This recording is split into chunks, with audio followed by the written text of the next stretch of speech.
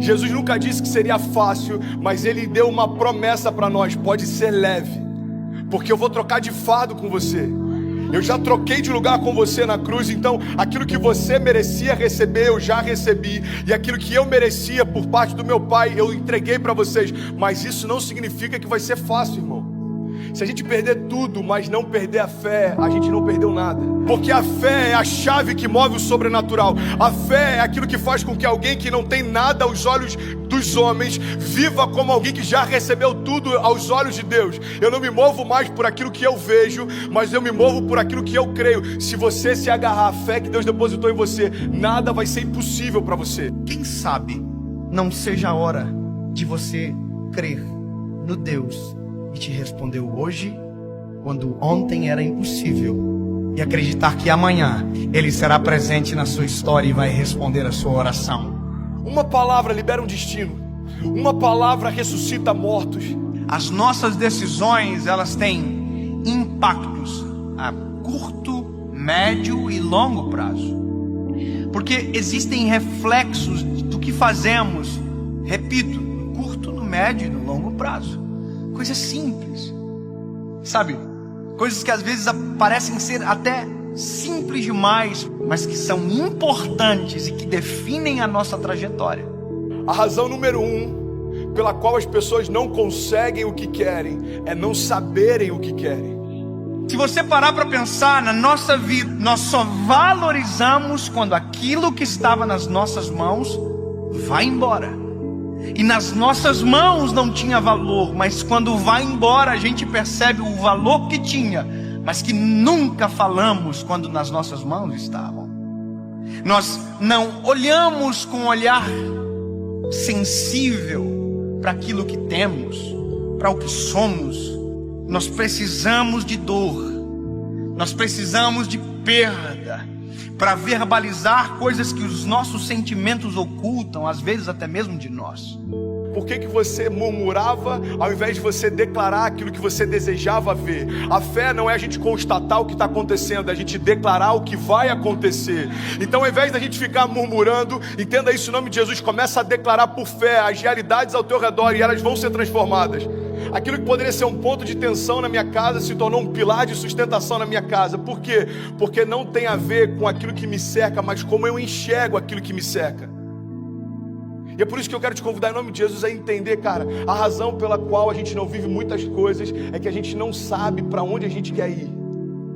Às vezes você já está num lugar onde um dia você sonhou que esse lugar traria para você plenitude. Aí agora você já está ansioso com um novo futuro. Aí quando o futuro chega, você já está ansioso com um novo futuro. Sabe uma das coisas que eu mais tenho visto na minha geração? Quando aquilo que um dia era futuro se torna presente, ele está encontrando a gente ausente. Porque a gente já tá sonhando com um novo futuro desejado. É dolorido falar isso, mas já parou para pensar que tem gente que só vai entender a preciosidade da vida quando a de alguém de muito perto for ceifada? Eu não sei se você já teve a experiência de ir a um velório, mas vá a um velório, é pedagógico. Você sai do velório muito mais amoroso. Você sai do velório muito mais sensível, muito mais grato. Você agradece o ar que respira quando descobre que a pessoa que está no caixão faltou o ar para viver. Você valoriza o coração que bate no peito. Você valoriza a esposa que você tem. E às vezes só se valoriza quando perde. Você verbaliza, às vezes, palavras fora de hora. Vá a um velório onde alguém que perdeu o pai e que nunca disse que o amava, para você ver a dor que é.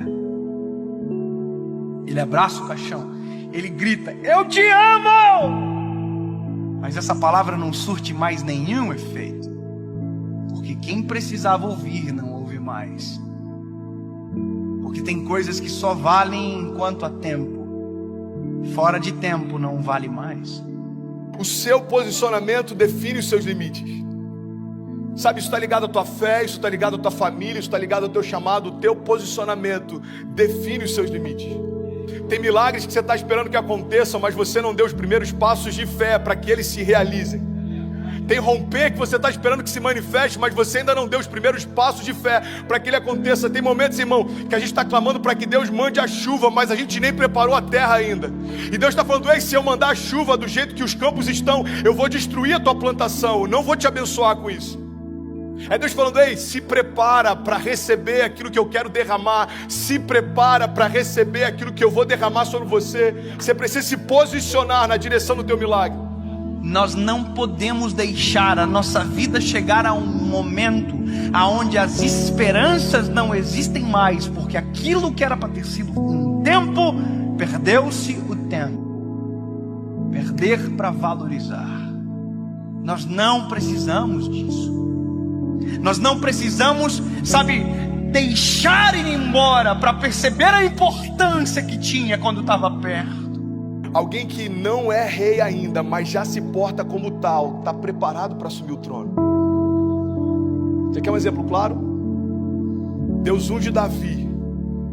Davi era improvável, Davi era desconhecido, Davi até para o seu pai e para os seus irmãos era invisível, mas a partir daquele dia, aos olhos de Deus, Davi já estava no trono. Só que aos olhos dos homens, olha para mim em nome de Jesus, como demorou um período entre a unção de Davi e Davi assumir o reinado. Aos olhos dos homens, os homens olhavam para o trono e viam Saul. Aos olhos de Deus, o trono estava vazio, irmão, porque o rei que era por direito ainda não havia se assentado lá. Ei, Deus está falando: tem tronos que você está olhando e parece que estão ocupados, aos meus olhos já foram esvaziados. Não se mova por aquilo que o homem vê. Eu não vejo como o homem vê. Talvez você está olhando para uma situação e ela parece intransponível. Jesus já está olhando lá na frente e já foi vencida. E ele está falando: ei, você está preocupado por conta dessa crise? Eu conheço o teu futuro. Eu sou aquele que, eu não tenho, entendi isso, irmão. Jesus, ele não está na eternidade, a eternidade está em Jesus. Então ele conhece a eternidade passada, a eternidade futura. É por isso que algumas crises para os céus não fazem sentido, porque às vezes uma crise financeira abate a gente, mas Jesus já sabe o que está te esperando na estação seguinte. E ele está falando para a gente nessa manhã: ei, você está preocupado por conta dessa crise? Filho, eu desenhei a tua história, eu sei aonde você vai, fica tranquilo. Pare de reclamar daquilo que você ainda não se moveu para viver. Pare de reclamar do resultado de escolhas que você não fez. Para você viver a vida que você deseja, você precisa abrir mão da vida que você leva. 2 Crônicas 7,14 diz: se o meu povo, que se chama pelo meu nome, se humilhar e orar e buscar a minha face e se afastar dos seus maus caminhos, dos céus eu ouvirei, perdoarei os seus pecados e eu sararei a sua terra. Existe uma condicional. Deus está dizendo: olha, se o meu povo, que se chama pelo meu nome, se humilhar e clamar e se arrepender, o que ele está dizendo é o seguinte: se você der os passos de fé, os céus vão reagir àquilo que você está se movendo. Evangelho não tem a ver com conforto. Evangelho tem a ver com propósito. E é por isso que muitas vezes a conta não fecha. Irmão, quem disse que seria fácil?